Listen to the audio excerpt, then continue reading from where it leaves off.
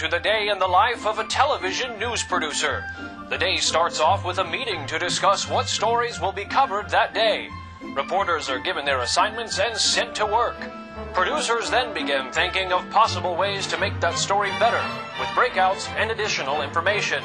Then it's time to see what's happening in the world and across the nation.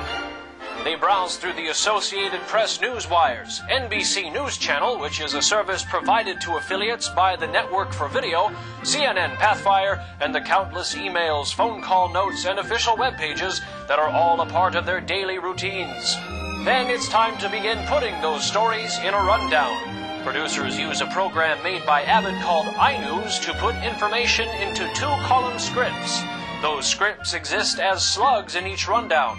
We can move those slugs around depending on where they will best fit in the finished newscast. They also add or subtract time from each story depending on how much will be needed to tell the story.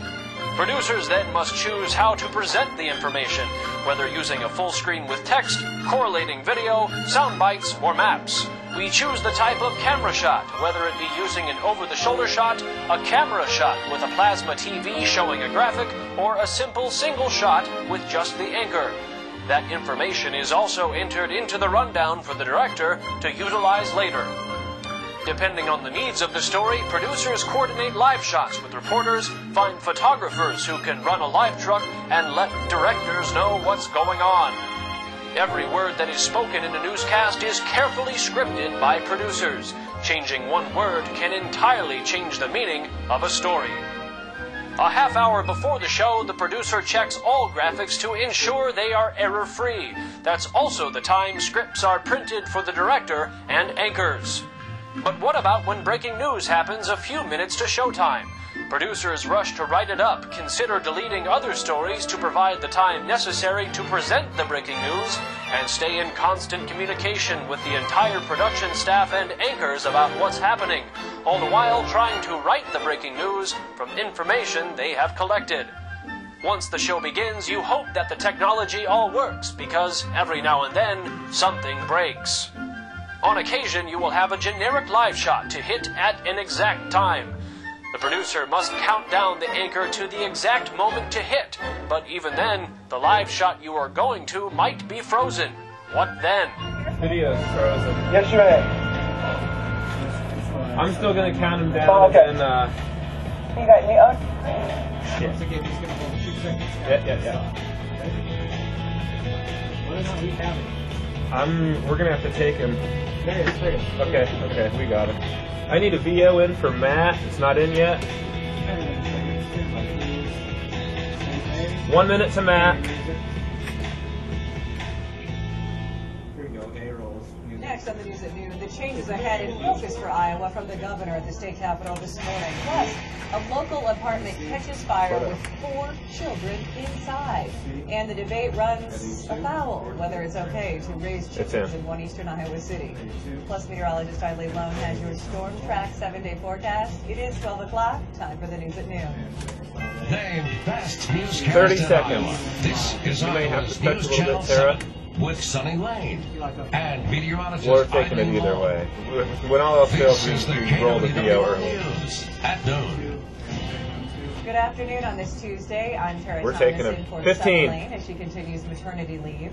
Governor Ted Culver giving his condition of the state 10, speech this morning 9, on the main theme, the 8, state budget and 7, jobs. With our 6, top story, reporter 5, Matt Breen has a 4, wrap. He's 3, live from Des Moines. 2, Matt. 1. Good afternoon from Des Moines Let's and go the with the state video. capitol, where Governor Chet Culver, in his condition of the Okay, I'm state getting off the speech, phone with you, acknowledged the KTIV. state faces fiscal problems, but he defended the steps he has taken to advance the state of Iowa amidst the most dramatic economic downturn since the Great Depression. Okay, I'm going to put the video in a couple more times if that's cool with you. Resilient because the people of Iowa are resilient. He says they've weathered floods You and got 2 of them in tornadoes, there now. and then turned around and asked lawmakers to commit a significant portion of iJobs money to flood recovery. iJobs has created thousands of jobs, Culver says, and is at the heart of his top priority this legislative session, job creation. This morning, Culver The hit program back. meant borrowing $750 million, and critics say the governor has spent the state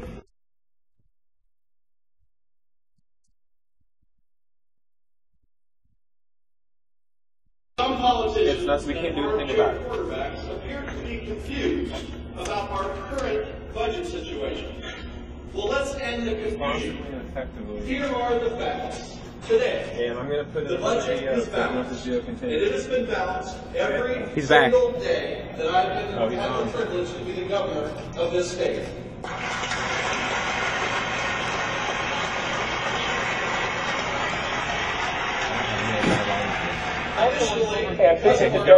Restoring initiatives.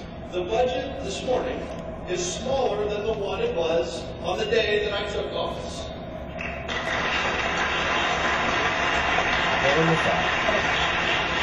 And this didn't happen, as you know, by accident. It happened because we made the tough choices. We managed the budget responsibly and effectively.